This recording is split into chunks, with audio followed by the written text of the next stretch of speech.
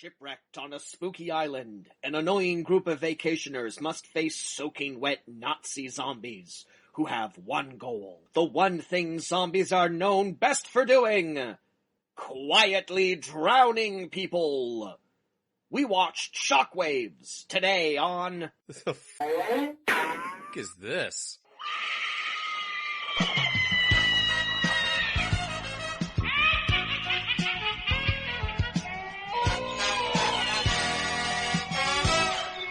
However you wish to self-identify, and welcome back to The Fright Is This presents 2 months of Halloween, War on Christmas 2.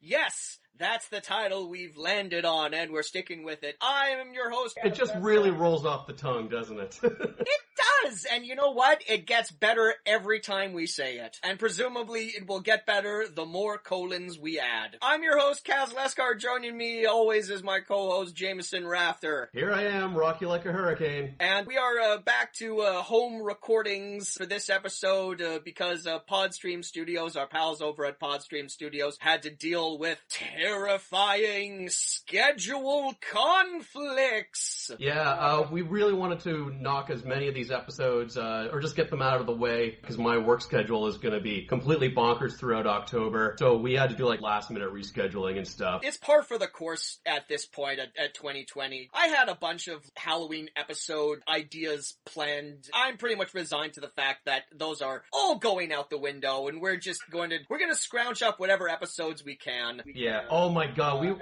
we could not settle on a movie to watch for our last 2 movies for this. We kept going back and forth between this animated Dracula movie and this Irish horror movie, and I mean, hey Jameson, there's still one more Halloween episode left, so no spoilers. Let's just get this over with, or otherwise it's never gonna be finished. This is an episode we're doing. This wasn't the episode we planned, but you know what? Life is what happens when you're making other plans for podcast episodes you don't end up doing. I'm pretty sure that's how the saying goes, right? So we have a great episode for you today. We have a spectacular guest. He's an actor and an improviser. He is I was trying to think of what title I should use. He's the narrator / creator of the live improvised soap opera Tales from the Lost Galaxy, which I have been pimping all month. You're probably sick of me talking about it. Oh my god, I've been hearing you talk about this improv show since the beginning of summer. I didn't look into it. I didn't know if it was real or not, so it's nice to have another cast member. No. You didn't know it was real or not? You think this is just this big... But now, alright, sounds like the story checks out a little. Hold on, because I'm right on the precipice of introducing the guest, but I need to unpack this for a second. You thought I was elaborately making up this long-form, improvised soap opera just to add color to the podcast that you and I... How sad of Kaz to, make up this whole elaborate charade just to make himself sound busy. We've had 2 guests on the show that were in the thing with me. Anyway, it's Casey Poor, who is our guest. Hello, everybody. I'm so touched that you've been plugging our show so much that it's become suspicious.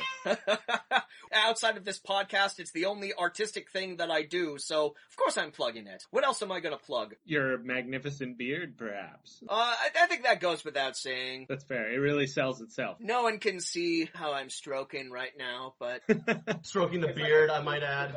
It's like a genie out of the bottle. Once someone mentions the beard, alright, I have about 10 minutes of unsolicited face touching going on. So while I'm doing that, Casey, today we're watching a movie that you suggested. It is 1977's Shockwaves. Now, Casey, you are on an ever-growing list of guests that are people that I did Rocky Horror with. I'm pretty sure I'm going to get everybody from that cast at one point. Big table read episode. Yeah, I'll do a big reunion episode where we'll have 5 or 6 people on the mic. God, that'll be a nightmare. Oh, I'm here for it.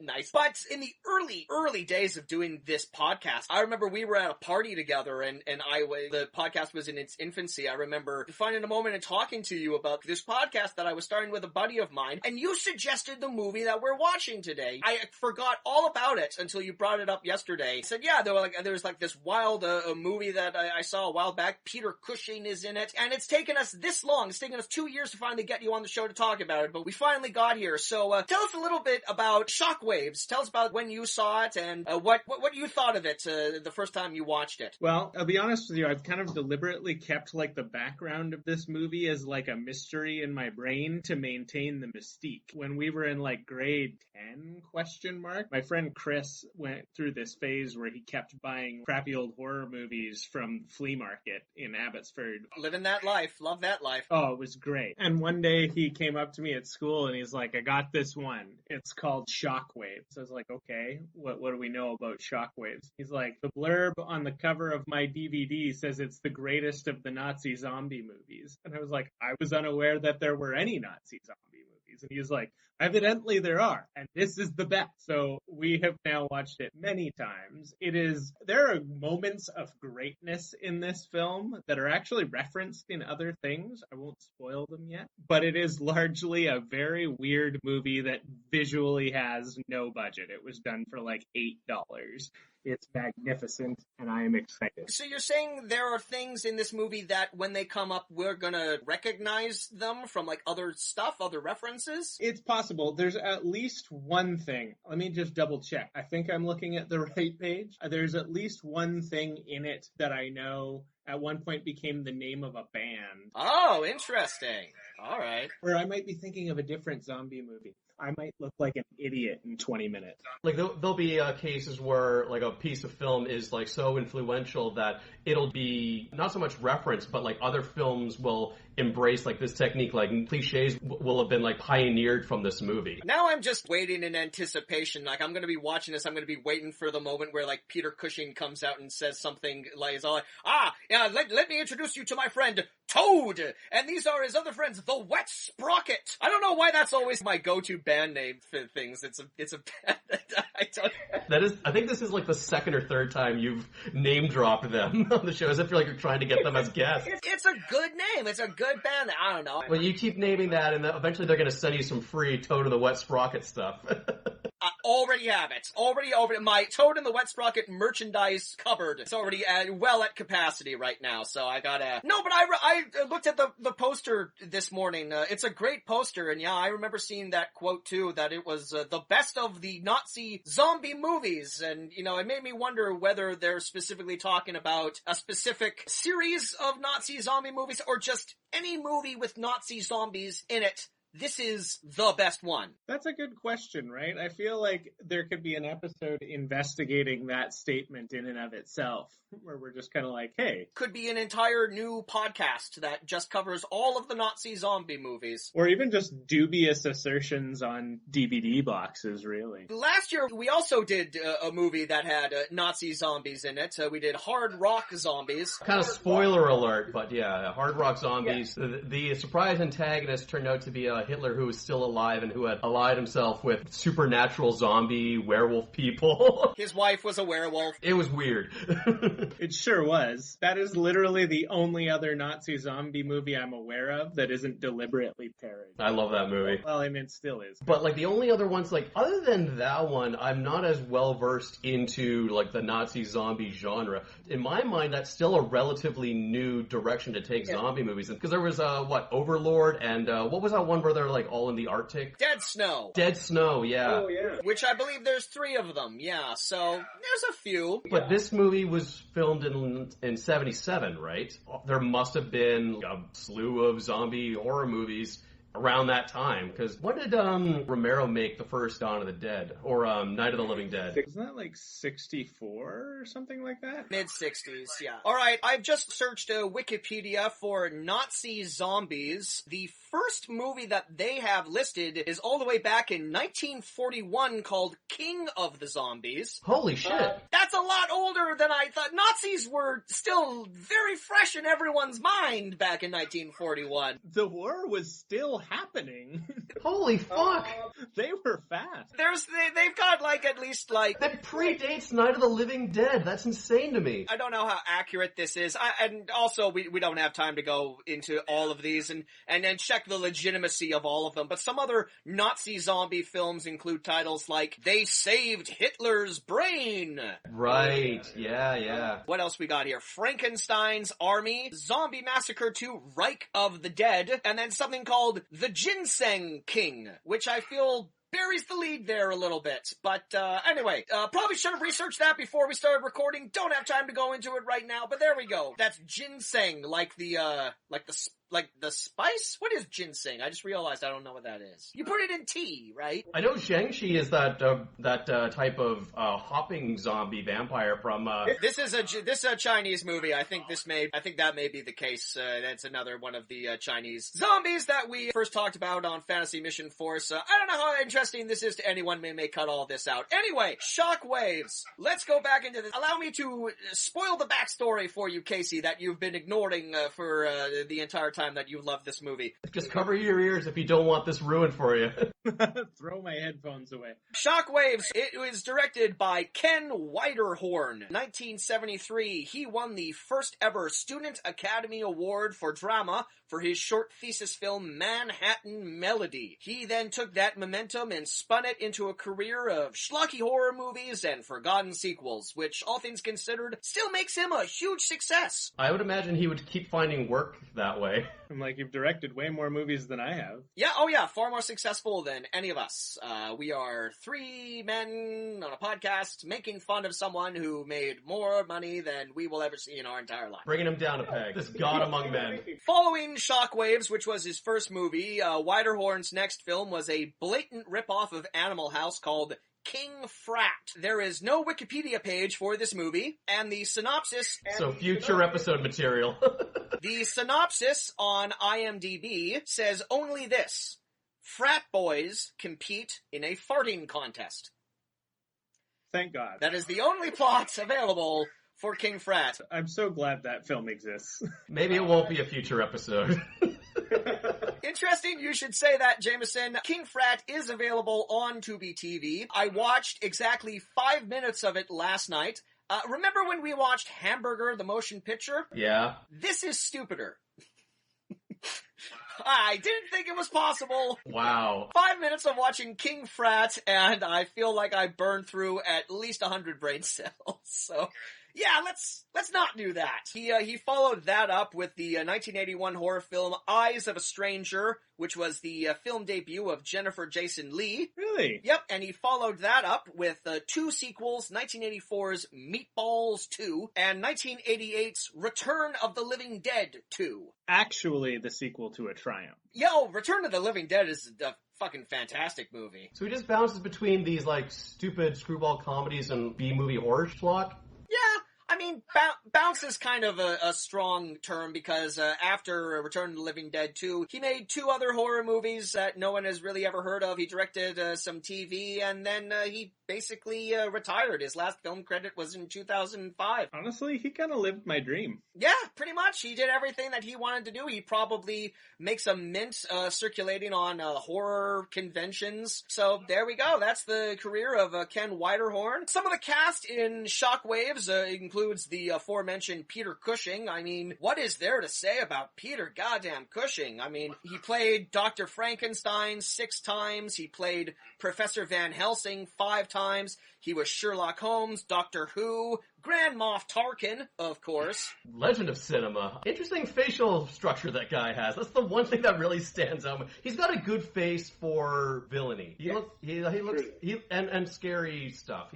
He's got one of those faces that, you know, will typecast him as an imposing figure. Definitely, yeah. I really do feel like he set the template for casting all of the second string Empire people after the first Star Wars, you know, because he blows up in the Death Star, but every subsequent movie, they had to cast, like, those Empire guys in the uniform. It's all like, find me someone who kind of resembles Peter Cushing. Someone who, like, if you described Peter Cushing to someone while you were, like, walking down the street, I want that person. I want the person they describe. Like, I love Richard E. Grant. He's a great actor on his own merits, but the only reason he showed up in Episode 9 is because he somewhat resembles Peter Cushing a little bit, and they needed someone to fill that archetype. Yeah, and he's one of the rare distinctions of an actor who died decades ago and managed to reappear recently in Rogue One, so reprised his role from beyond the grave. His soul is a little restless now, mainly because they've brought him out of retirement. They summoned him, is what they did. If anyone remembers a reference to an Al Pacino movie. I remember Simone. Yeah, that was an odd movie. Speaking of cinema legends, we got two for one in this movie. John Carradine, another person who it is hard to clarify this guy's career in like a couple of sentences. Starred in over 350 films. Couldn't list all of them if I tried. Highlights include The Grapes of Wrath, Stagecoach, The Ten Commandments, The Secret of Nim. He played Dracula in two films, 1944's House of Frankenstein and 1945's House of Dracula, making Shockwaves the first pairing of the 40s Dracula with the Hammer Van Helsing of the 50s and the 60s. He was David Carradine's dad. That, I was just gonna say, like, what's the connection there? I don't think I've ever seen John Carradine in something. I don't think I have either. So this will be my first exposure to him. Which is pretty amazing, given that I just said he was in over 350 movies. You probably have seen John Carradine in something. Boy, I'll tell you one thing. Those Carradine boys, they loved acting in movies. Most of them weren't very good, but the one thing you can say about those Carradine boys is that they were in films. Keith Carradine was in Dexter. He was very good in that. That's right. Keith Carradine is the only Carradine to have an Oscar, weirdly enough, for Best Original Song. What? From what movie? For the film Nashville, which he stars in. He stars in as a country singer, and the song that he sings in the movie is actually a song that Keith Carradine wrote himself. I'm Easy. It's really nice song. Really beautiful little song. It's really good. Yeah. Yeah, but a little bit of weird random Oscar trivia. Yes, Keith Carradine is an Oscar winner for songwriting. Well, Carradine's on the board. That's all that matters. The family legacy lives on. The last actor that I'm going to mention in this movie, this is the film debut of Brooke Adams. She's one of those actresses who was famous for about a minute in the late 70s and the early 80s. Immediately following Shockwaves, she was in two of the best films of 1978, in my honest opinion. She was the female lead in Terrence Malick's Days of Heaven, and she was in Philip Kaufman's Invasion of the Body Snatchers. No kidding. A movie that I think is actually slightly better than the original. Either of you seen that? The 1978 Body Snatchers with Donald Sutherland, where at the very end he's all like... Oh, I mean, I've seen the memes at the end where he's pointing and stuff. Yeah. Totally. Yeah, well, she was in that one, and then, she floated around in the 80s for a bit, starring in some films that haven't really caught on. She was also in David Cronenberg's The Dead Zone as Christopher Walken's girlfriend in that. She's appeared here or there in some indie films, but sadly, I have a feeling the same fate befell her that befalls all women when they hit 40. Hollywood just runs out of use for them, or roles for them, but she still acts. She went and got herself married to Tony Shalhoub, so there's that. No kidding. Nice guy. Well, good on you, Tony. Yeah, there you go. Great, and that's all the information I have about Shockwaves. So yeah, if there's anything else, Casey, you want to give us, tell us about this movie, and any more interesting factoids or backstory or story that you have, a memory you have associated with watching this? Not really. I feel like all of my memories are basically just surrounding watching this in my friend Chris's basement. So it's a lot of teenagers going, he's under the water now. Those are fine memories. You know, sometimes I worry that I've watched so many shitty B-schlocky movies in my life that, you know how when they say when you're about to die, your life flashes before your eyes? I'm somewhat worried that all my memories are just going to be like a highlight reel of all like the stupidest shit I've seen in these kind of movies. I can't think of anything else to say, so cool. Let's just go right into Shockwaves. When we come back, we'll tell you about that. We're gonna have a steady clip here. I like it.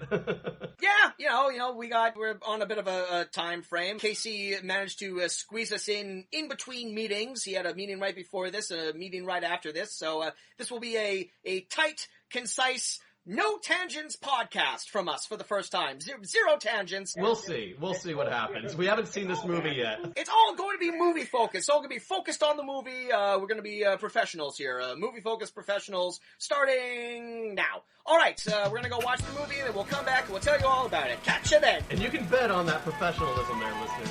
Take that to the bank. Alright, cool. Hey there, it's Jameson. And for today's charity shoutout, I wanted to mention a charity that I am somewhat uniquely familiar with. So longtime listeners of the podcast may recall one of our earliest episodes when I had mentioned that I had rappelled down the side of a 23-story building here in downtown Vancouver. Well, I didn't just do that because I'm a madman. That was a charity drive spearheaded by the Easter Seals of Canada, known as the Drop Zone Challenge. And I just wanted to take a moment to highlight some of the wonderful things this organization does, and hopefully use that to inspire you and maybe your place of employment to take part in your own Easter Seals Drop Zone Challenge. Because I'm telling you right now, guys, it's for a very good cause, and it's a rush. 16% of the Canadian population are living with some form of disability that affects their level of freedom, independence, or quality of life.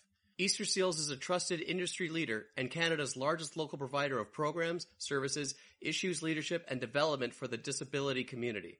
For more than 95 years, they have worked to enhance the quality of life, self-esteem, and self-determination of Canadians living with disabilities.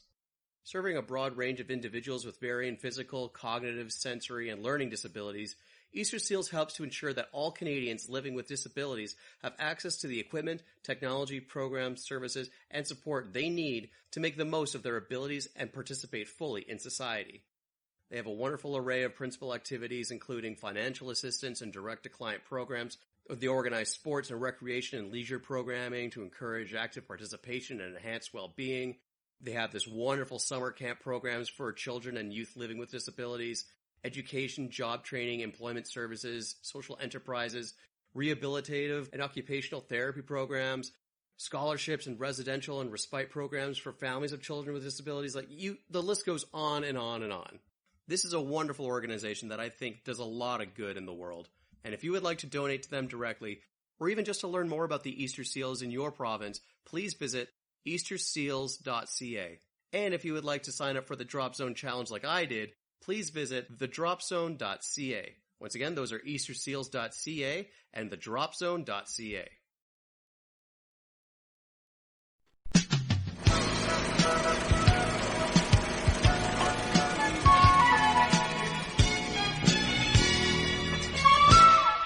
We're back! We're back from watching Shockwaves, and I can tell you right out of the gate, I have one question immediately that I'd like to pose to you. What were the Shockwaves? Never comes up. They never really come back around to that. There are a handful of shocks. There are certainly waves. Oh, is it a play on the fact that most of this takes place on the water? And it's shocking? Alright, I just answered my own question. There we go. Well, episode over, we solved the mystery. There we go, alright. At one point, Peter Cushing's character names them, these zombie Nazi characters, like the Death Squad or something, or Death Troops, and it's like, that's a much better name for this movie. I'd be surprised if there wasn't a Nazi zombie movie called Death Squad. So this is the best Nazi zombie movie ever made? Well, it was in 1977, apparently. If I didn't know for a fact, based on the Wikipedia article that I looked up earlier to this, that before this movie came out, there were a considerable number of movies with Nazi zombies in this, that claim might hold slightly more water, no pun intended. But let's just get this on the table. So, these are Nazi zombies that don't eat people. They don't eat human flesh or human brains. They just kind of quietly hold people underwater until they drown, and if they look at the sun without wearing dark glasses, they faint for a while. Yeah. These are probably the worst Nazi zombies I've ever seen in a movie. I'm not gonna lie. These are very bad. That's why they put them on a submarine. Would not hire them 2 out of 10. That's why I always thought it was kind of funny, because, if you watch most zombie movies from, the 70s, the whole appeal is look at our crazy gore effects. A stick goes through this guy's eye. None of that. Not one zombie gets killed. Not a speck of blood on anybody. Everyone is just sort of gently dragged under the water, and that's kind of it. These supernatural zombie characters who normally will tear at people's flesh and give them big bites. At one point, a zombie jumps out of the water and has a leather belt that he wraps around the dude's neck, like a human conventional means of assassinating someone. They just never forget that military training, I suppose. Every single victim in this movie dies from drowning, except for one person who is strangled, but he is strangled in water. So it still counts. So he is still partially drowned. I always thought it would be super funny if one person just found a meadow and just stood in it and was like, what? And all these zombies just kind of jostled him a bit, but couldn't do anything because there's no water to drag him under. Yeah, because it seems like that's their only move. They don't tear bodies apart. They certainly don't use their teeth at all like traditional zombies might. Yeah, this movie really kind of gives off a bit of a Tucker and Dale versus Evil kind of vibe, in the sense that there are, in fact, actual monsters out to get the group of people in this movie, but you get the feeling that if, like you said, Casey, if they had just kind of found a big open area and stood perfectly still, they probably would have been fine. Oh, yeah. If they had done less, they probably would have survived. They go out of their way to put themselves in situations where the zombies can get them. They couldn't have lucked out with a better group of people to kill. Man, like, these people they actively want to die. A real ship of fools. I always love the moment where they're hiding in the fridge, and they're like, oh, the fridge is 2 feet thick. They're not getting in that fridge. And it's like, yeah, they're not. Like, it's super working until one guy's like, let me out of the fridge. I don't want to be in this fridge anymore. Yeah, because that character suddenly has claustrophobia, even though in the opening part of the movie, he's on a very tiny ship.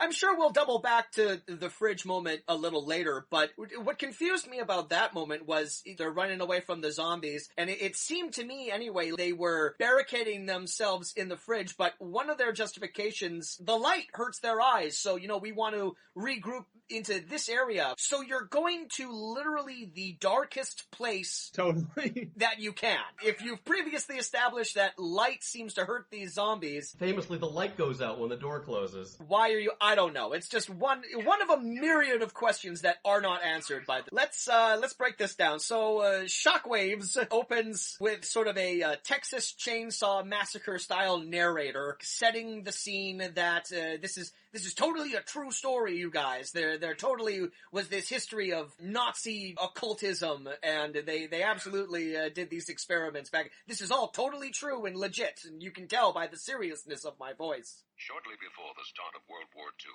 the German High Command began a secret investigation into the powers of the supernatural. Ancient legend told of a race of warriors who used neither weapons nor shields, and whose superhuman power came from within the earth itself. As Germany prepared for war, the SS secretly enlisted a group of scientists to create an invincible soldier. It was interesting that, like, the movie opens with two narrations. One of that guy giving the backstory, and then, like, sort of the segue into the plot by the lone survivor of the zombie attack. I don't know how long that dinghy floated around with me lying in it. All I can remember is the sound of the water slapping against the side.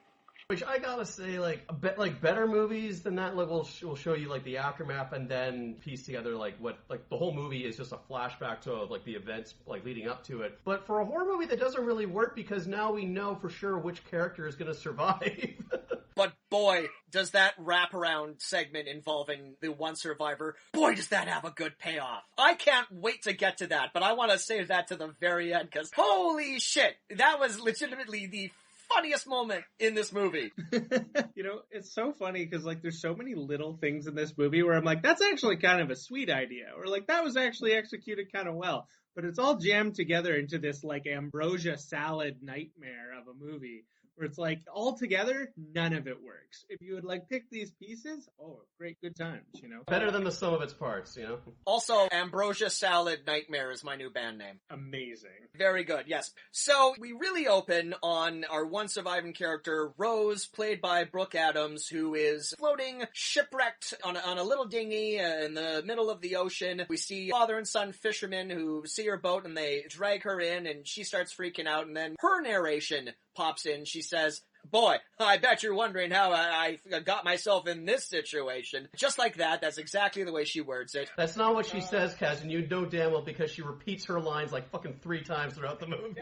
For a reason! For a reason. Everybody gets, like, 2 catchphrases. We cut to what happens before this, and there's a bunch of characters on a boat. They're not really introduced all that well. It takes until about, like, midway through the movie where I swear we find out some of these characters' names. We don't really find out what relationship they have with each other. We know there's at least one married couple, but everyone else's relationship to each other is very vague and is never explained. Ambiguous, yeah. It's a snorkeling, like, expedition tour vessel that'll take people out around, like, the reefs of the Caribbean or whatever, and it's commanded by John Carradine. That's the guy? The salty old sea dog. He's got, I guess, like a young, good-looking skipper. He's got the gross mess hall cook. The galley cook, yeah. And then there's 4 passengers on the boat. There's Rose. There's her, I guess, boyfriend, who I just wrote down, not Art Garfunkel.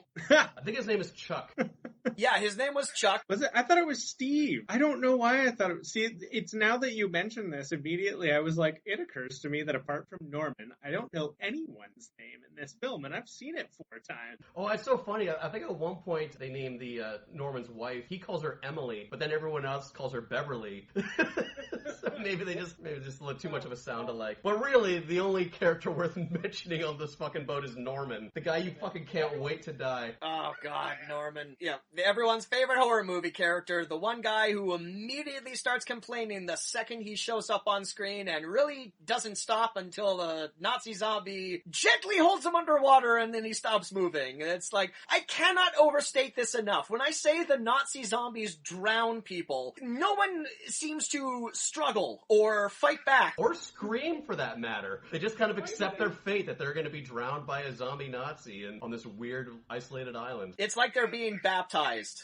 No one resists. They just gently sink to the bottom and they just kind of like give a resigned shrug. It's all like, guess I'll drown now. That's like the secret behind the scenes interpretation. All these people actually came to this island because they wanted to die, and they're only putting up token resistance. Oh, well, there'll be a market for that after 2020, let me tell you that much. The captain is sending them on, like, an assisted suicide run here. That's...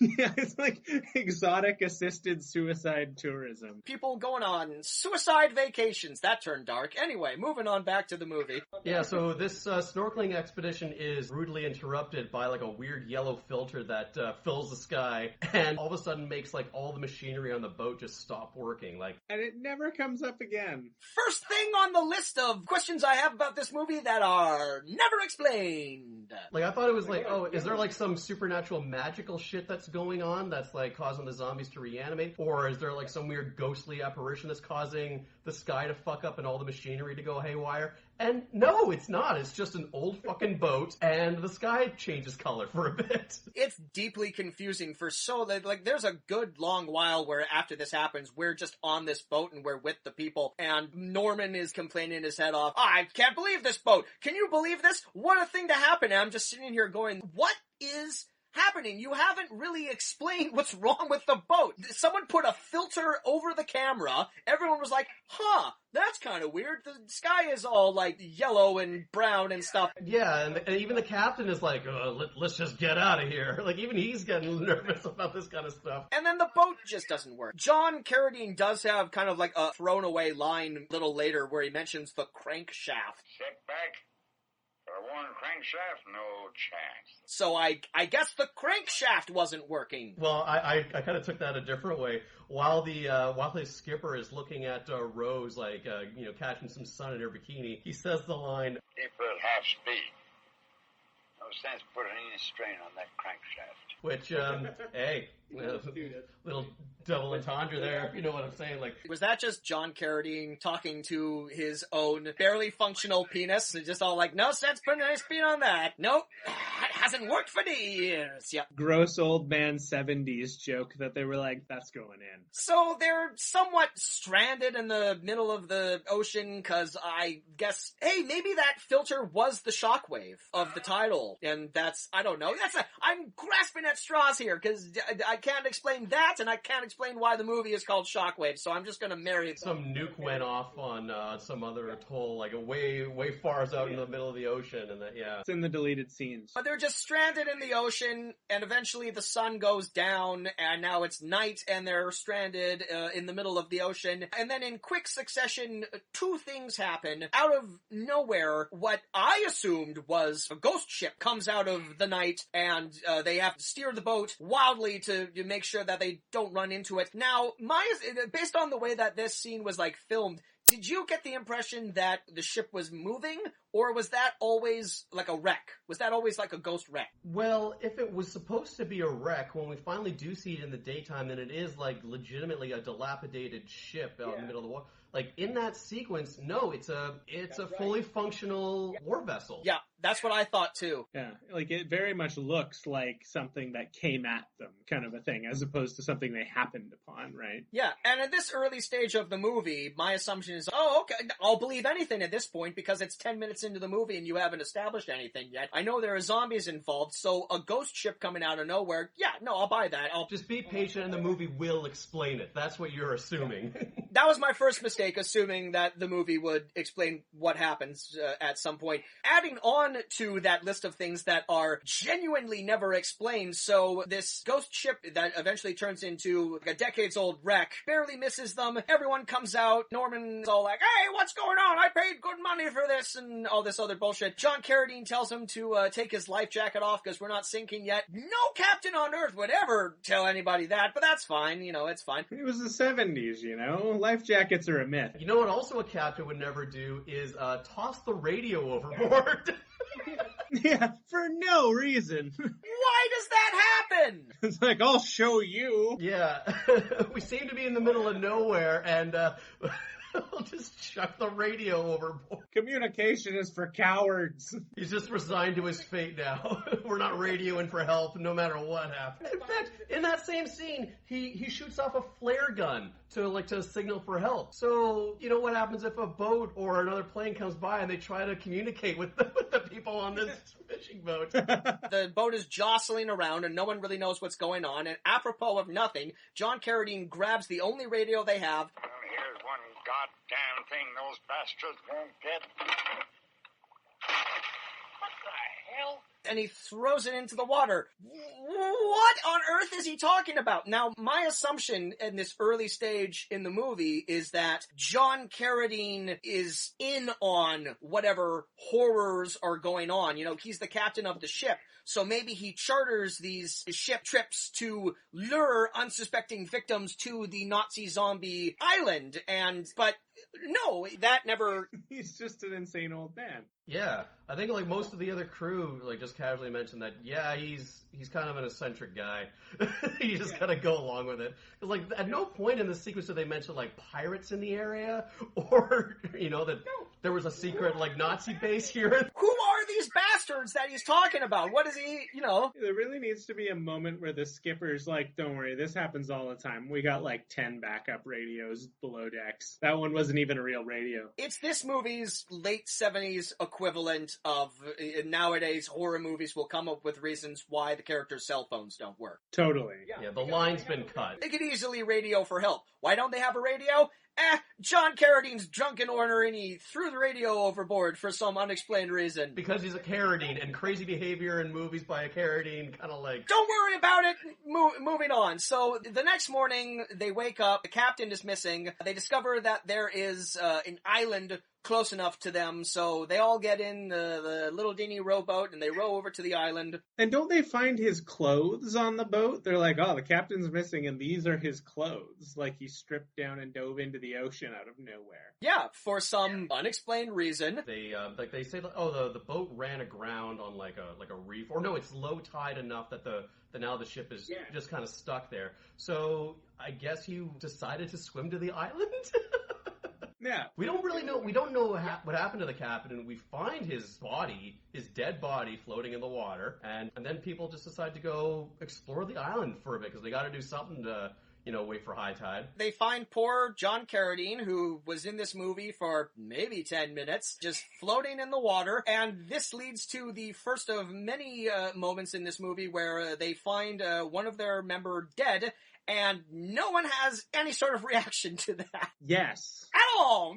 No one is shocked or surprised or saddened that the captain is dead. At the very least, someone would be alarmed because the captain of the ship is now dead, so how the hell are they getting out of there? Not so much as a like, oh, the sea is a harsh mistress. They're literally like, oh shit, he's dead. All right, well, cool. What's on this island? This ain't Gilligan's Island, you know, there are no bonds that were formed between these deep sea diving expedition people. If Gilligan's Island did like a Halloween episode where a bunch of Nazi zombies showed up on Gilligan's Island, this is literally how it would play out. There is no blood, there is no gore, it's like a Saturday sitcom version of a horror movie. I would argue that Gilligan's Island people would have a better chance, because at least then, like, you know, the professor would be like, I made this thing that shoots coconuts. Like, we could fight them off. They wouldn't just be like... And then they're all like, we know it's coconut related, Professor. You don't even need to explain it. At this point in time, we're aware of the fact that coconuts are involved in some way. Cool wooden radio you built. How about making us a fucking boat? Out of coconuts? No, goddammit. Anyway, alright, we said no tangents. Alright. Yeah, so they wander around this island and someone climbs a tree and they see a tower in the background, so they walk until they find Marlon Brando's island paradise, that's been abandoned for years. Some dilapidated mansion that's really gone to shit, but still, like, has all their wine glasses perfectly stacked. And then inside they find good old Peter Cushing, who, I mean, before this movie even started, I was like, oh, it's a movie about Nazi zombies. I'm all like, oh, okay, Peter Cushing is the scientist that created the Nazi zombies. I didn't even need to read a synopsis to know that that's the role that he was taking, and yet I was still really disappointed with everything that Peter Cushing got to do in this. He barely got to do anything.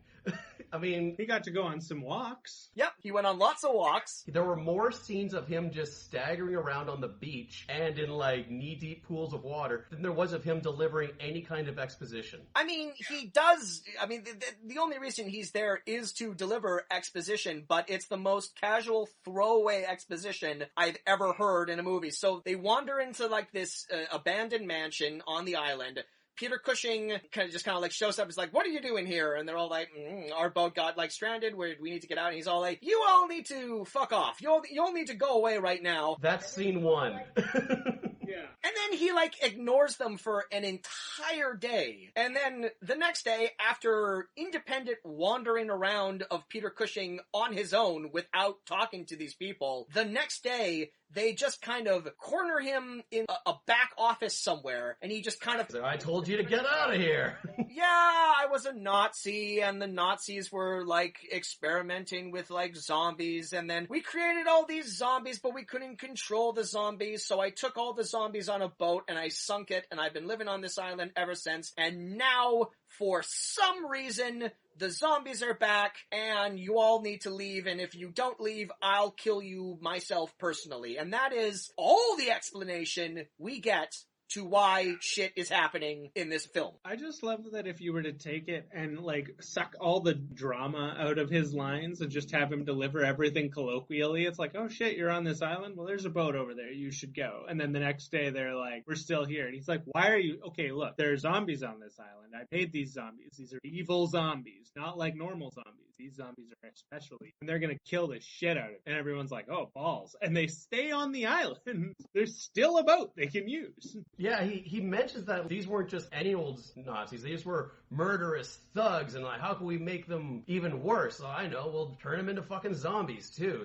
It's not just that they're murderers. It's not just that they're Nazis. It's that these are murderer Nazi zombies. I have a theory as to why this Nazi zombie plot didn't really pan out. Not enough water on the battlefield. Oh, there you go. They weren't nearly close to bodies of water to go. They set them all out, and then they grabbed the first Allied soldier, and they just kind of like put him on the ground, and after like a minute and a half, I think they're trying to drown us. And then they just kind of like got up and walked away, because zombies can't really... Maybe they thought it was a wrestling thing. They were like, oh, you pinned me, and they let him go. That's their one move! It's a 3 count, yeah. They drowned a couple people in puddles, but that was it. That was the most that they did, and they're all like, alright. They also seem to make them like very slow, and they only made like 8 of them. That's probably... literally made only 8 of them, Jameson. One of the trivia facts from IMDb is that there were specifically 8 actors who played zombies. It's kind of shot sometimes to make it look like maybe there's a few more of them, but most of the time it's pretty obvious that it's the same 4 blonde dudes. Yeah, I mean, like, it's decent enough that they all look somewhat the same. They all have, like, the gray skin and the white hair. You know, they're all wearing the goggles, so... Yeah, you can't really tell them apart from each other. There's no distinguishing features to them. I was just gonna say, I just love that, like, they make a point of doing the legwork, of being like, oh yeah, we made this core of undead Nazi guys, and they're super intense. They can kill with their bare hands. And it's like... They can only kill with their bare hands. Like, kind of. Like, I think they would have been much more effective if you gave them guns. Like, that's just my thought. But the thing is, they are super effective. They're ambush hunters. They are everywhere they need to be to pull off a kill. Basically, all they did was make Nazis that can breathe underwater. I guess they're primarily zombies in the sense that they are dead, reanimated corpses, but I don't know. Call me a traditionalist. I like my zombies to eat people. These newfangled zombies with their hand-to-hand combat, who needs it? Peter Cushing seems like very proud of the fact, like, we created a race of super soldier that can kill using only his bare hands. It's like, anyone can kill using their bare hands. That's not impressive. You don't need to be undead to kill with your bare hands. Yeah, teach them judo. Like, anyone can drown someone if you commit hard enough. I'm sure Peter Cushing accepted this role. I don't know why he accepted this role. He didn't get paid much to do this, I can tell you that much. So we can go to the tropics, I guess. You can just hang out on an island. Well, okay, Peter Cushing got this role because, A, he's amazing and he's a staple of horror movie cinema, so, you know, you put him in your zombie movie, you're gonna get a little bit of cred. I also feel like he primarily got this role because, damn, if anybody looks like someone who's been trapped on a deserted island for years, it's Peter Cushing. oh yeah. That dude is a wisp of a man. And I just love that, like, every scene he's in, he's fully giving it the, like, Raul Julia in Street Fighter treatment, where it's like, he knows this is a bad movie, but I'll be goddamned if Peter Cushing isn't putting everything he's got in every fucking line he delivers. You are indeed very stupid. I gave you a chance to save yourselves, but you have refused to take. Now it is too late. We are not alone on this island. We Germans developed the perfect weapon. So he was capable of fighting under any conditions, adapting to any environment or climate, equally at home in the Russian winter or on the African desert. They were the most vicious and bloodthirsty of all the SS divisions. The group under my command was designed for the water, to man submarines which would never have to surface.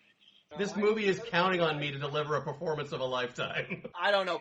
Personally, I would have been happier if he turned the Julia dial up a little bit. He was like a half bison. You know, I want my full bison deal here. It would have been great if they played him, maybe he's got a little bit of a screw loose because, like, he is like a, you know, former Nazi scientist. He's been isolated alone on this island forever now. There's a part where, like, the people are wandering the mansion and he gets their attention by setting up a gramophone in the middle of the room and playing, like, some old orchestrated stuff.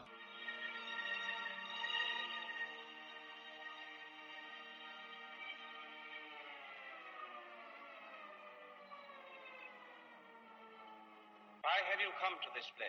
It would have been great if we had, like, kind of seen him do more shit like that. Or at least seen him plant that as, like, here's how I'm going to get people's attention.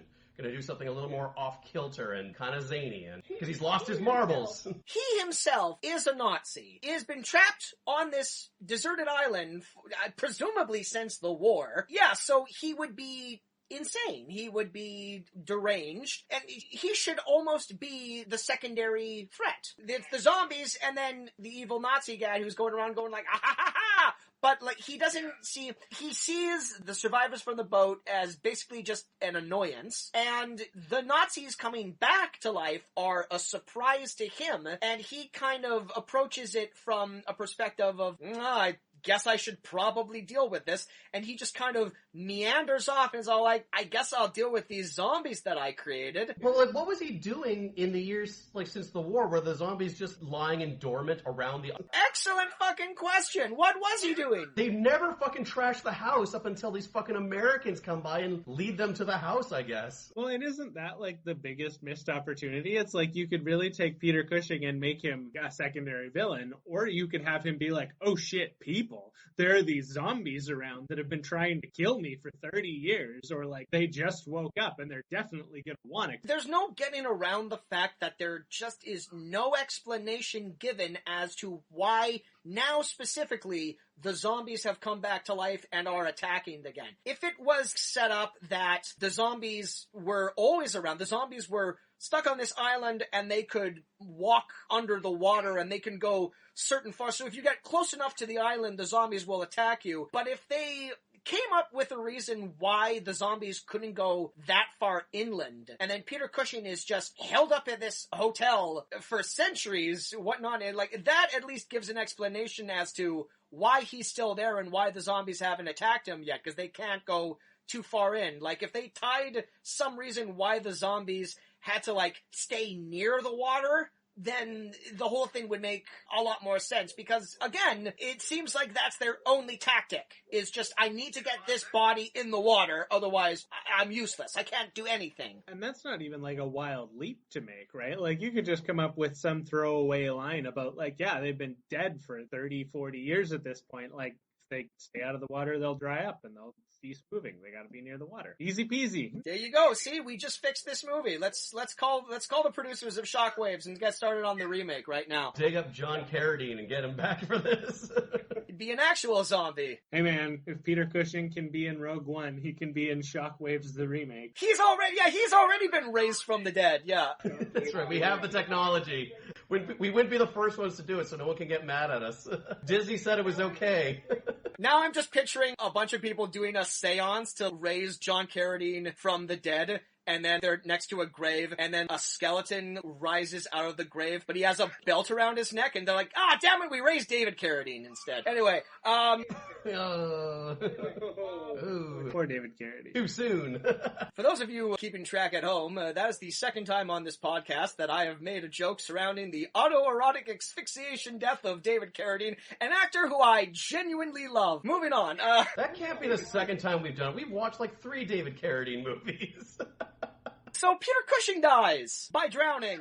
Unspectacularly. Out of nowhere. All the deaths are kind of unspectacular. The one with the ship's cook was the most unspectacular. He sees a zombie, he gets startled, he trips over like a rock in the stream. Yeah, they didn't even do anything. He steps on an urchin, is what happens. And then it almost seems like the urchins killed him more than the zombies did, because when they find his corpse lying there earlier, he's covered in spikes, and he only stepped on the one. So my assumption there is that the zombie continued to hold him underwater and rolled him over the urchins until he was nice and porcupined. Could be. I don't know. I like to think that in that sequence where he like bails and then he does that like giant overacted like wah and then splashes back down onto the other urchins, that if we had just like cut the other direction, you'd have just seen that zombie kind of stopped halfway across the creek, and you just go to a wide of this guy flailing about, and this zombie just like, yeah, what? I guess he's okay. I'll go this way then. There's lots of reaction shots of the zombies just kind of standing in waist deep water and just kind of being all like,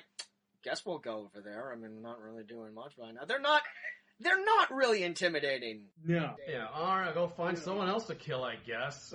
Like, this person just killed themselves. Like, I don't even know. What are we doing here? My 2 favorite film mistakes are related to the cook, though, so I'll mention this. So the reason the cook dies is because the night before they find, like, a kitchen in the mansion, and then they go to sleep, and then the next day the cook's like, I guess I'll go back to that kitchen and get those cans. Because presumably they found a bunch of canned food that they're now going to eat. Do you remember that scene? Because I sure don't. I don't at all. But that's what they say. He says, I'm going to go back to get those cans. And then we see him wading through the water. Again, the water's like up to his chest. And he has a bag with him. But then he puts the bag down in the water and it floats.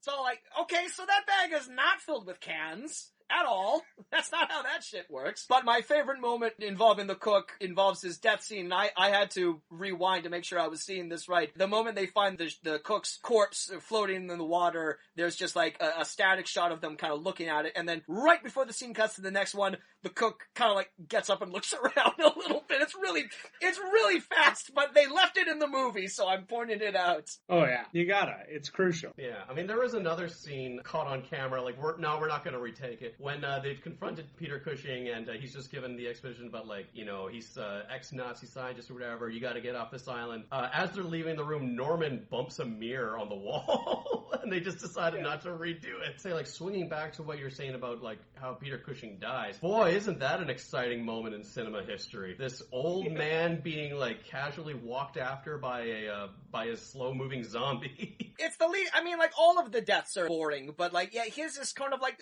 the least spectacular death, because, yeah, he's just wandering around independently of everyone else, because he's told them to get off his island or he'll shoot them. I guess he's wandering around looking for the zombies. To what end, I don't know, but he finds one, and it jumps out of the water, and it drowns him. After he finds, it looks like a big long gravy boat. What was that thing? Yeah. I thought it was just a big leaf that he decided, okay, I'm gonna drink this stagnant water using this. It looked like a leaf, but it was designed in some way. It looked like a big wooden shoe or something. I don't know. He finds something. Like a Dutch clog he found? Yeah, and he's just like, yeah, I guess I'm gonna drink this stream water out of, like, this giant clog that I found. Oh no, there's a zombie in here. That's a wrap on Peter Cushing, everyone. He contributed nothing, and he explained nothing. Like, his only contribution was, you know, explaining, you know, where the zombies came from and directing the people to, like, a small boat that they could take. Even though I don't think anything is really, like, mechanically wrong with the giant boat that they came here to the island on. No, guys, crankshaft. They explained that, like, first thing in the movie, crankshaft. That boat's no good. Doesn't the dude with the mustache go under the water to check the ship, and he says, oh yeah, nothing's wrong with the propeller or anything. Everything's fine. They even make a point of saying that it's like, oh yeah, we just gotta wait for the tide to go up. And then they just don't. I don't know. I'm no boat scientist, and clearly neither is any of the characters in this, because they have there are multiple boats that they find that they could use to get to safety, and they managed to let every boat get away from them that they managed to find. Well, that one scene where they're all trying to push the boat out of, like, this, you know, mud bank or whatever, I kind of, like, I got a text from my dad, so I had to look away from the screen for a second, and I kind of caught in the corner of my eye that, like, one of the women characters just lost her footing and fell over in the water. So I looked away for half a second. When I looked back up, the boat was miles away from them. What the fuck happened there? She got hit by the sail, I think, and she fell out. Well, I was really surprised, because the movie opens with Brooke Adams alone in the boat. And my assumption was that because everyone else gets out of the boat to have to, like, deal with, like, zombies and stuff, and she's the only one in the boat. And then when it hit her on the head, I'm like, oh, that's how she passed out, and that's how she's going to float away. No, that's a completely different, separate boat that happens 20 minutes from now. An odd misdirect. But there's, like, six people around that boat. The current doesn't look like it's, like, that strong, evidently. There's no current. But the water isn't choppy at all or anything. It should be so fucking easy for one of these people to go after and get the boat. Those waves aren't shocking at all. They are regular waves. Those are lame waves. This movie should be called Regular, Not Shocking Waves. To reference Peter Cushing quickly and his final scene. Always. It amuses me to no end that he's like trying to get to or away from these zombies. It's not super clear. And there's this scene where he's standing on one side of the creek and he's shouting at them in German.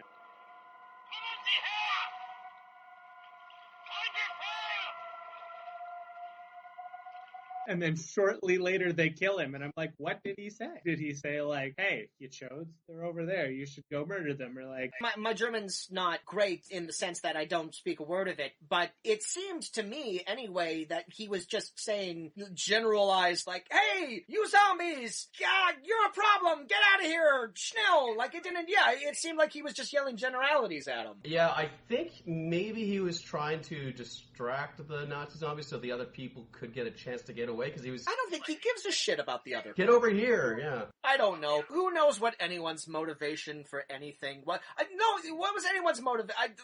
I guess everyone was just, let's just all go on a boat, because that's a thing that people do. Who are these people? Where were they from before? Who were, in any other horror movie, there would at least be one throwaway scene before they get on a boat to explain who they were before they got on the boat. And we just don't get that. Their motivations were either to escape from the zombies or to be killed by the zombies.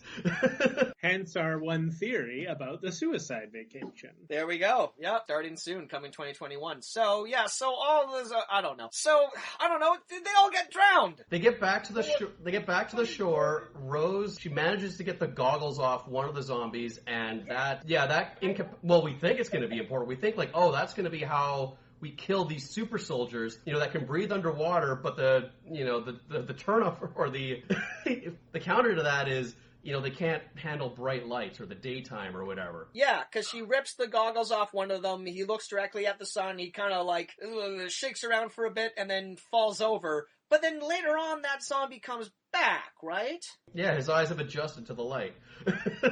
Oh, yeah, because it's the same one with no glasses still, right? So it's not even like it could have been another zombie, but it was just the same actor or something. So they're the opposite of solar powered. So solar power turns them off. Yeah. And water makes them go. I'm just trying to figure this out, because none of this makes any sense. No, you think, oh, that's like the one sort of like, world building that we're going to get on these zombie soldiers, is that, oh, they can't handle the light. Okay, remember that. That's how we're going to defeat these Nazi zombies. And then no one ever fucking tries anything with it, and, like, even that turns out to be inaccurate. Yeah, it just never comes up. So why the fuck was there where she rips off the goggles and it incapacitates him? Yeah, just another dangling plot thread that doesn't really go anywhere, yeah. The fact that Norman does not die before Peter Cushing is one of the biggest travesties in this movie.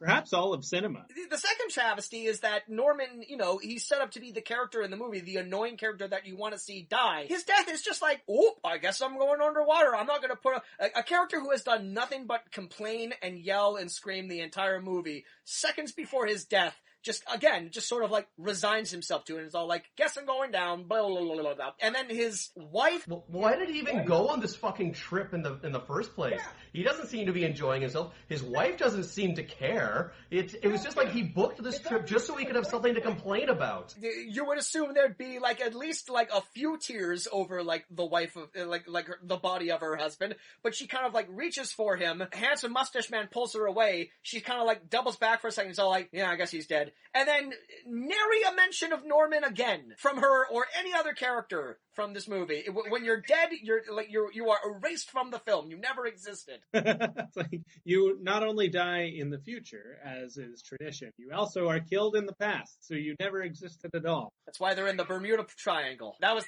the explanation. See, that's the thing. Like, I was waiting for maybe there would be like some revelation that they're like the island that they're on is in the Bermuda Triangle, and that would explain why the sky went all fucking weird and why like there's these reanimated corpses elsewhere. I'm not asking for a lot, Shockwaves. Just explain the sky. Just give us any explanation for why the sky turned yellow and why this shit is happening. To be like a fully functional war vessel at night, but then in the daytime it was just this dilapidated wreck. Explain why these like zombie Nazis are just now coming to life and attacking Peter Cushing. You know what would have been the most amazing twist that would explain everything? Is like it gets to the end of the movie, there are the credits, and then there's an after credits scene, and then after the after credits scene, it doesn't matter what it is, you get like a 1970s version of the Lost logo.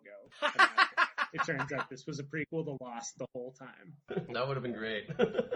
Yeah, we don't go to that part of the island. No smoke monster. We didn't technically stay until the end of the credits, so I'm not saying it's not there. Yeah, we may be missing something important here. Is it absurd that the thing that I find the most likely to discredit that theory is that it would require J.J. Abrams to have thought that far ahead? Well, he probably saw this movie in the 70s. He was, I don't know, probably like, at least like in like his teen years or whatnot. He probably was a fan of genre movies. It's not too much of a leap to assume that this was the formative film that shapes J.J. Abrams as a filmmaker going forward. There's a lot of, and he ended up directing Star Wars. Peter Cushing was in Star Wars. There you go. It's all circular. It's all connected, people. Wake up. Like gesture to the map with the red strings all over it. I tell you, in between Shockwaves and Star Wars A New Hope, Peter Cushing had a pretty darn good 1977. Pretty good run, I'd say. Pretty good run there. Those are really close together, aren't they? All right, so not a ton of other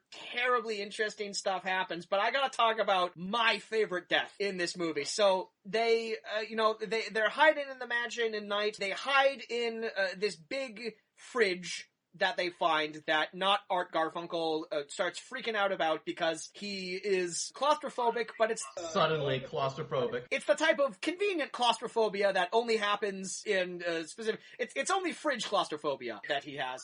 He tells Mustache Man to let him out at gunpoint, and then on his way out, they argue over the flare gunpoint. And on his way out, he argues about like, give me the flashlight, and then he shoots off the flare into the fridge. Fridge fills with flare gun smoke, so they all have to leave. And so he's stumbling around all panicked and everything, and then, like, again, he would have been fine, but he is so terrified he ends up falling right into the pool. Does he fall into the pool? I thought he just ran into the pool. He falls into the pool! No, he straight up trips over his own stupid feet and fall. He is the architect of his own death, as are most of these people. At one point, he runs into the arms of one of the Nazi zombies. Like, he doesn't even try to like weave or dodge out of the way. He just like runs right into him. But again, yeah, he's just like freaking out, and he's just going like, I gotta get out of here. But it's all like, you did everything you possibly could have done to make sure that the most ineffective Nazi zombies of all time killed you. I love when he's climbing out of the pool at the other end, and there's a zombie right there. It's like, dude, did you not look up and be like, shit? Other way. Well done. But that's not my favorite death. My favorite death is poor Beverly, who gets through the evening by climbing inside like a big stone oven. First of all, my assumption was that's how she was going to go. That was all like, man, you're just making it way too easy for these people. But no, sadly, Nazis have never killed anyone inside ovens before. Oh my gosh, I didn't even think of that. That is probably why they didn't do that. Good call, Jameson. Ooh, I just made myself squirm. Yeah. Although that would have made sense, though, right? Maybe that was Beverly's thought process. She was like, this is too obvious. They won't do it. No. This seems in very, very poor taste. These Nazi zombies seem like they wouldn't go there. Like, it's just like one of the Nazi zombies goes up and they can hear her hiding inside of the oven, and they see the dial, and he takes like a second, he's like, strokes his chin, he's like, aha! He puts one finger up, it's all like, I remember this! Anyway, God, this is... Well, they're Nazis. I don't know. It's a horrible imagery is so... But then the zombie beside him is like, no. No. The point is that Beverly is one of the only people in this movie to die inside the house. And still... Oh, yeah. They find a way to drown her. Because there's this big fish tank full of exotic fish in the middle of the kitchen. Which Peter Cushing has clearly been taking care of for 30 years. Yeah, and then Brooke Adams... This aquarium is a Chekhov's gun. Yeah, and they have like... End up in water! They have like the rockfish, and they have like the spiky fish from Naked Gun that bites Leslie Nielsen's hand. That's what I always think of whenever I see one of those things. But, yeah, and then they're looking for her, and they come into the kitchen, and they find poor Beverly drowned in the fish tank. It's like, this is the one person who's not anywhere near the ocean, and they still managed to find a way to fucking drown her. And, like, the movie does, like, it goes out of its way to establish the fish inside. Like, hey, guys, heads up, there's an aquarium in this movie. Remember that, there's a fucking aquarium. It's gonna pay off sooner or later. It's like, alright, fine. The zombie's just like, you know what, if you find one thing that you can do really well, and you just do that for the rest of your life, and mine is drowning. I'm just... The zombies are gonna find a way to kill you with water somehow. That's...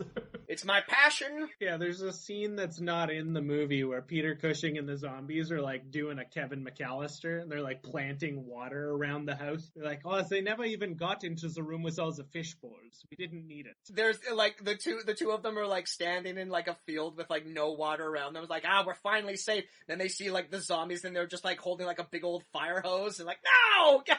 One of them puts a bucket over a door jamb, like that'll get them. Yeah, just the bathtub until it overflows. Yeah. Like, yeah.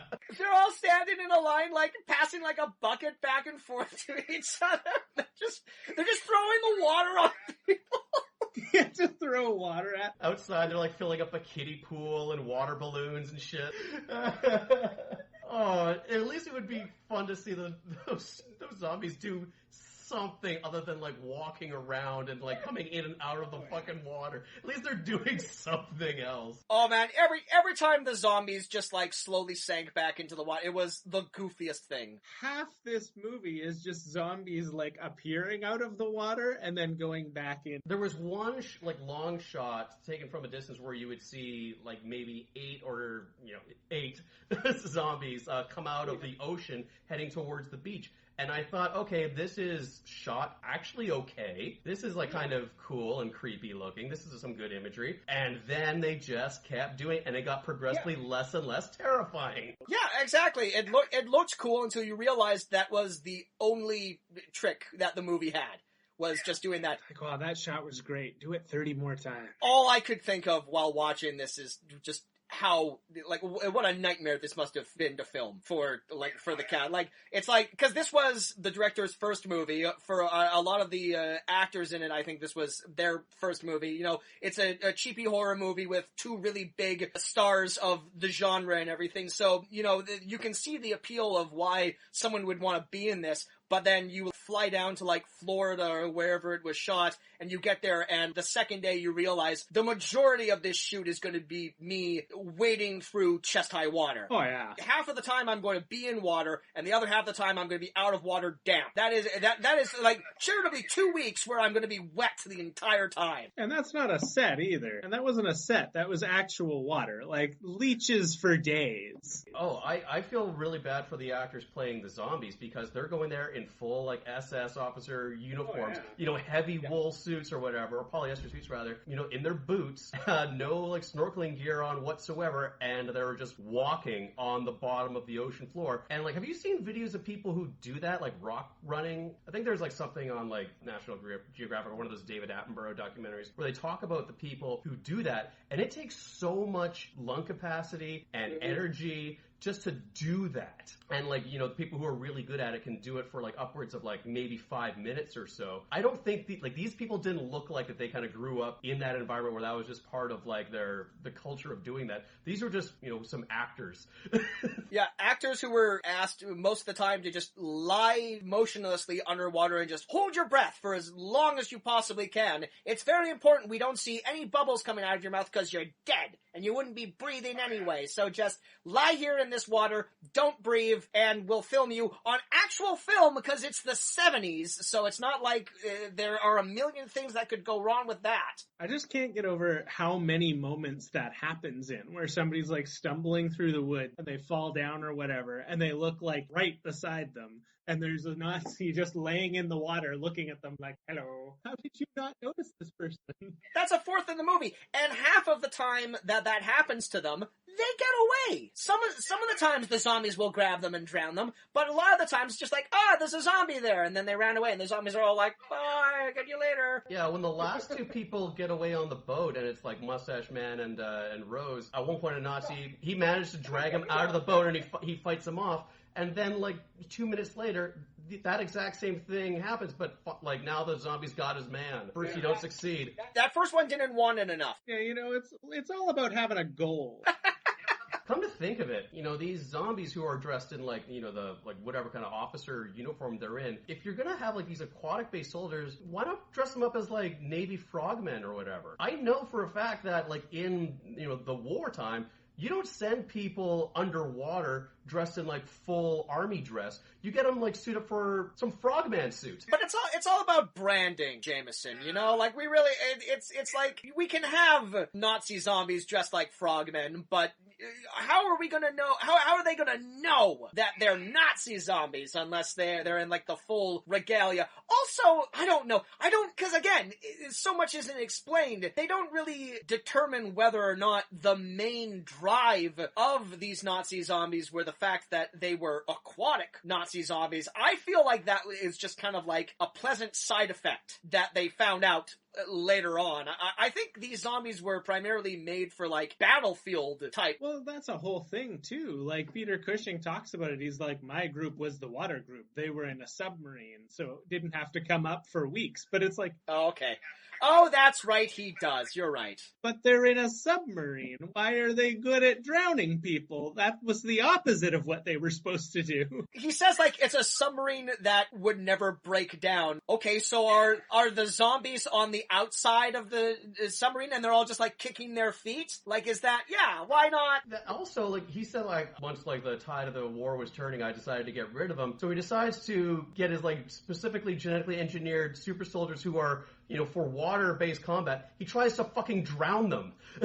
Yeah. How is that gonna fucking work? Now that we're exploring this a little further, what is the strategic military purpose of aquatic zombies? Like, the only thing you would be fighting in the water would be submarines and big boats and stuff like that. It's like, okay, the only thing you can use to fight those are other boats.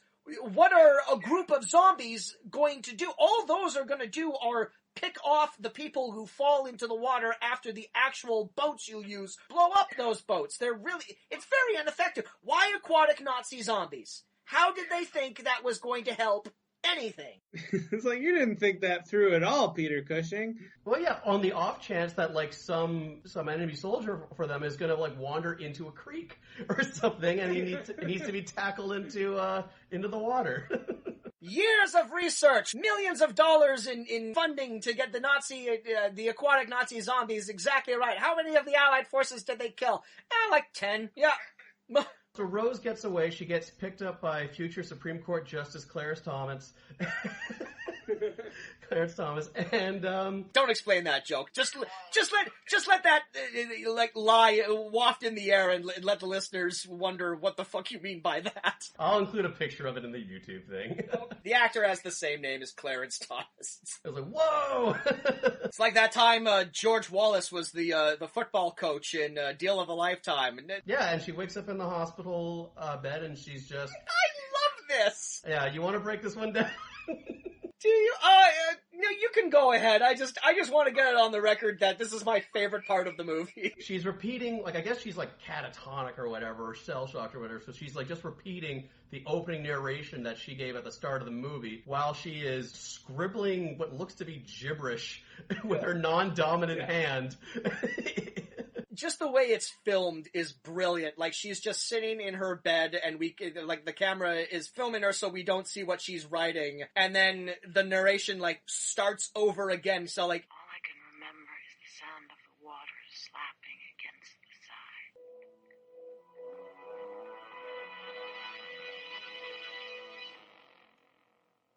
It's only now I remember any of it at all. That's odd. That's literally what she just said. And then, yeah, it pans around, and it's just chicken scratch. She's just, like, drawing spirals in her notebook. Okay, I guess she went mad because of the situation, but it's so goofy. I get the impression that the filmmakers told her, like, oh, okay, here's a book, just, like, pretend you're writing. Like, just write anything. And they didn't tell her they were going to pan around. I would have loved it if it was just, like a bunch of dick drawings or something. And plot twist, that notebook that she was writing in was later adapted into the screenplay Shockwaves. So... But tish. Based on a true story, yeah. Is there anything else we forgot to mention about this very dull film? I will say, I think that ending scene is actually, like, until you see that it's chicken scratches, it's kind of awesome, but there has to be, like, a different... I will say that the makeup on Brooke Adams is really good. Both when they find her at the very beginning and at the end, they very clearly spent a lot of time making her eyes look very sunken. She has very believable, like, sunstroke on her face. She looks like a shell of a human being, so that's kind of selling the moment a little bit more. But the way that she looks compared to the ordeal that she went through doesn't add up. Like, I could conceivably survive this series of events, and I'd probably be fine by the end of it. I'd probably be all like, you are not gonna believe the fucking boat trip I went on. Oh my god. My friends all died, but they turned out to be super dumb, so I don't feel bad about it at all. I'm not even certain they were my friends. I just kind of feel like... Yeah.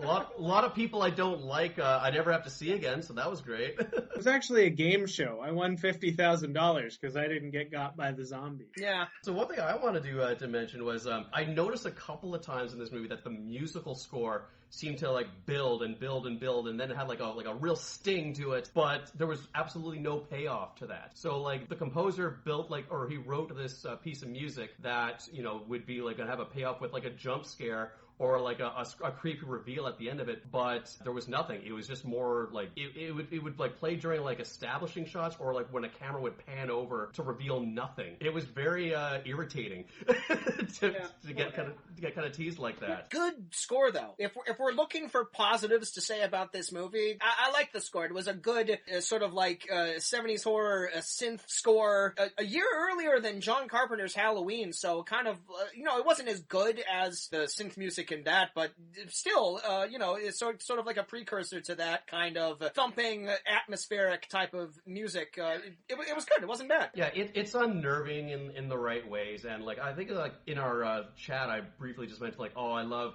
70s horror movie aesthetics with like, you know, the deep red on the title card and against the black backdrop and like the synthesizer sounds to it. Forgetting, of course, that also with those 70s horror stuff, it can be kind of plotting and boring too. That is very true, Jameson. A lot of times my favorite thing about a lot of those 70s and 80s era horror movies are their poster and their opening credits. Those are often the best bit. And I will... Because the poster for this movie is actually sweet. Poster for this movie, very good. One of the better things. It goes poster, musical score, everything else. Hair, makeup, and wardrobe, pretty good. The more you get into this movie, the worse it gets. The only passing note that I wanted to mention, just because I thought this was really weird, the cook at one point pulls out a flask that appears to be the size of most alcohol bottles. And I was just kind of curious as to why even bring that. If you're going to have a flask that is the size of a Mickey, just carry a Mickey around. I don't know. It seems like an extra unnecessary step. Extra steps. No blazer pocket is big enough to hold that flask in. That is like a novelty gift you give your uncle at Christmas or something. Yeah, it should say Las Vegas on the side of it, yeah. I will say, I really love, I can't remember the exact line, but there's a moment right off the top when she's being rescued by the fishermen, where she's like, they pull her into the boat and she's all disoriented, and one of them pulls out a nondescript bucket and says something to the tune of, "Here, have some liquid." Here, some cool liquid for you. Make you feel right. And I'm like, no. Have some cool liquid. There's some cool liquid in here for you. Like, if I were dying and you'd pulled me out of the ocean and said, have some liquid, I would say, no, sir. I don't know. I think if I had been floating in a dinghy in the middle of the ocean for an unspecified number of days, and then I got rescued and someone said, here's some cool liquid, I would be all like, put that liquid in me! I'd be horrifically dehydrated. I don't know. Wonder what cool liquid it was. Maybe remember that old soda, Orbitz? That's what it was. That is some cool liquid right there. It's got... Damn, hell yeah, I haven't had Orbitz in ages. It's got bubbles in it. It's all... Yeah, she's just about, it is, I agree with you, Casey, it is funny that they didn't specify, like, what type of liquid it is. In the parody version of this, yeah, they would drink and they'd be all like, oh god, Fresca. Like, what is this? Oh, it's just some cold gasoline. I just thought you'd like that. Technically liquid. What was that cool liquid? We may never... What was the cool liquid? No, just yet another series of questions that will never be answered about Shockwaves, directed by Ken Widerhorde. Casey, you recommended that we watch this movie for the podcast. Would you independently recommend people watch this movie on their own, not for podcast-related viewings? I have to qualify this by suggesting that I literally suggest that people watch this movie all the time, but not because it's good. Because it presents a bunch of interesting things and then never pays off any of them and doesn't stick the landing on anything, and it's frustrating and annoying and hilarious. I love that you didn't tell us that before we watched the movie. I love that you kept those cards Yeah, thanks. to your chest. until we got to realize that for ourselves. So thank you. That's exactly what we want from a guest. You've hyped this movie up for Kaz for years, and now the payoff is this. This is the joke. It's like one of those anti-jokes where you think there's going to be a punchline and there just isn't. Those are my favorites. I love those. But with that being said, Jameson, would you recommend this movie? Fuck no. No, me neither. No. I did have high hopes for it, because, like, you know, 70s zombie movie, you know, I was... When it had, like, that, like, the synth score and, like, the deep reds on the title card and something, I'm like, okay, alright, like, this is kind of... Like, this is going to be, like, probably an explosion of a lost classic. This has been called, like, the greatest Nazi zombie movie that I've never seen. So, like, let's have an open mind on this. And then we got to the island, and I just kept hating the movie, finding new ways to hate it. I'm looking up... I'm not even going to go so far as to say that I hated this movie. This movie doesn't have anything that elicits that strong of a reaction out of me. Mostly, I'm just kind of disappointed at how dull this was. It sounds like a completely bonkers synopsis, and it just doesn't really do anything all that interesting with it. For fuck's sakes, you got John Carradine and Peter Cushing in this. You give them nothing to do. I mean, Peter Cushing is playing the Nazi scientist that made the Nazi zombies, and he's so dull, and he doesn't do anything remotely memorable. I have begun doing this thing on the podcast where, like, the final moments of the podcast, I put, like, our theme music in, and then kind of in the middle of it, I pipe in kind of like my favorite quote from the movie in the middle of it. I have no idea what I'm going to use for this. There weren't really any interesting lines to remember. So you could use, like, Norman, like, don't tell me what I can't do, or some shit like that. Might be good. I don't think he says that. Put in that crankshaft line I liked. Alright, it'll be the crankshaft. I'm deeply sorry, you guys. No, I kind of, once I saw, like, Peter Cushing, like, just staggering around on the beach, I thought, oh, that's what they're gonna fucking pad this runtime with. It's like, what was it, I Am Legend, that had Vincent Price in it, and it's so boring just watching him wander around, like, the middle of fucking nowhere, poking at corpses with his stick. It's like, that's what... Totally. Oh, it was a different era when they thought, like, this is enough to frighten people and pad a runtime with. It was! Back in the late 50s, Vincent Price walking around poking things with a stick was one of the scariest things we could imagine. And now, you know, it's 2020 and we're just desensitized by everything. We know what a Nazi zombie is. Casey, thank you for coming on the show. We're not blaming you. I just want to... Thank you for lending your time and taking time out of your busy schedule for us. Before we split, I want to pay off one thing that I said before we watched the movie that I forgot about. So before we watched the movie, I had mentioned that this is a movie that is referenced in something else. Yeah. So what was referenced? And I realized right away that I was actually thinking of Zombie by Lucio Fulci, which has the same setup where people on a boat get stuck on an island with zombies, but that movie's really good. Yeah, it is. Totally. And yesterday I was thinking about it how I'm like, oh yeah, I should have had them watch Zombie because there's a band named after that movie. No, we can't. Well, okay. First of all, Lucio Fulci's Zombie is a very well-known movie, so that's it. I guess that's true. Instantly disqualifies it from this podcast. But what was the band name you were thinking of? The band it's a Canadian electronica band called Fake Shark Real Zombie, from that scene at the beginning where the zombie fights the shark. Oh yeah, okay. And that's what I was thinking of. A much better movie than this one. Well, we'll blame you for that, but we won't blame you for... But otherwise, thank you for lending your time. Thank you. Watch Hard Rock Zombies again. That's a much better zombie horror. I mean, yeah, Hard Rock Zombies is fucking stupid as hell, but at least those Nazi zombies acted like zombies and Nazis. They got both sides of the coin, so... They knew what they were about. They knew what they were about. Yes, indeed. Casey Poor, thank you for coming on the show. What do you want to plug? What's going on in your life? Oh, man. Okay, so, well, we're still doing Tales from the Lost Galaxy. We're doing our final episode on, what is it? First time hearing of it. Well, when's this going to be released? That may or may not be true at that point. We're going to record the final 2 episodes on the 4th of October.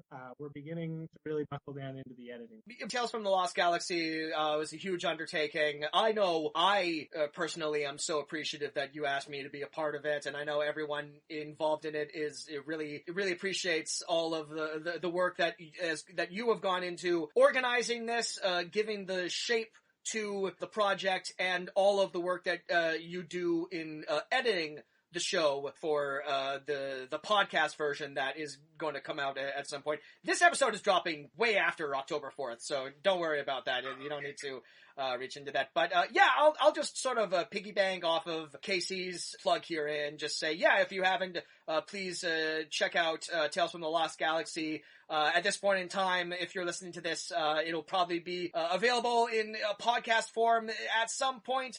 You can check us out on Instagram at the F Is This Podcast. I will include links to where you can find Tales from the Lost Galaxy. I haven't really talked about it on this show, but it is a wild show that goes into some unexpected places. I started off as a space janitor, and now I ended up with a giant carnivorous Venus flytrap boyfriend who later impregnated me, and now I have 2 little Venus flytrap babies. It's weird. It goes to some weird places, but yeah, we have fun. It's super weird. Recently, a dude's sentient testicles started telling him to kill somebody. I don't write this stuff. They do. Literally none of us write this stuff. Yep, it's all from our brains. Yeah. Jameson, what do you got going on? Well, fucking nothing that's gonna top that. No, hard at work right now, working on the DLC for MechWarrior 5 that came out last year, so I'm kind of right in as hard as I've been working last year. I guess like a show that I've just got into now because I've heard not just good things but amazing things of was Cobra Kai. I knew you were going to say that. I'm right there with you. I mean, like it's a good show, but people are like making it sound like the next Game of Thrones, Breaking Bad, and I think it's just it's a good show. I rewatched Karate Kid before I got into it because I hadn't seen Karate Kid since I was like a Karate Kid myself at tender age of like 8 or 9 or 10 or whatever. I forgot that You're the Best Around came from that movie. I've seen it referenced and parodied in everything from like Family Guy and South Park that like when it came up I was like, and then, oh fuck yeah. This isn't a parody anymore, yeah. It's a movie that's like so entrenched in the zeitgeist that you don't even remember it's from that movie anymore. Yeah, but I love Johnny Lawrence's character just being like he's still an asshole. He's like not even like on the path to being like a redeemable asshole just yet. And he's just like this out of touch 80s throwback loser who I think I kind of identify with because I always have one foot in the past and not being with the times. No, I've also been enjoying Cobra Kai. I just finished the first season. It's one of the cheesiest fucking things I've ever watched in my life, but for sure, yeah. I kind of love it, and the fight choreography is really good. Which in a karate show it would suck if that was not good. Yeah, and I also really love character of Johnny. I love William Zabka's performance mainly because he's kind of a terrible actor, but it strangely works, and it kind of makes him more endearing. Like, everyone else is kind of better at acting than he is, and yet he's the main character of the show.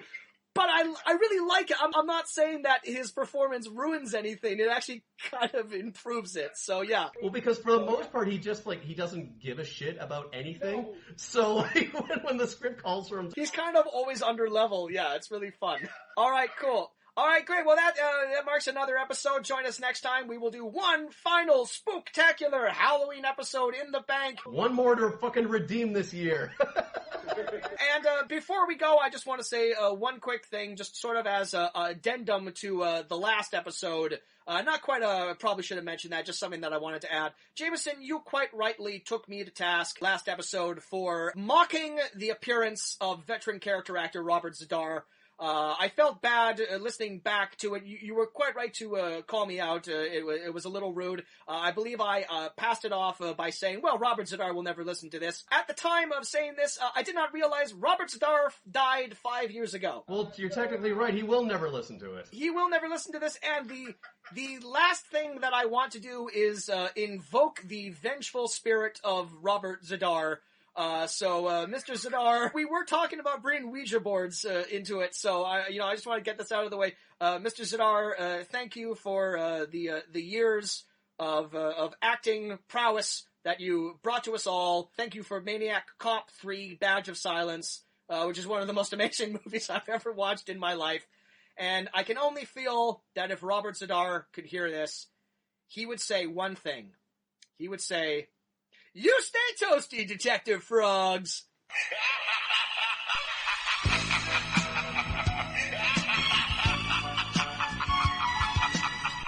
left.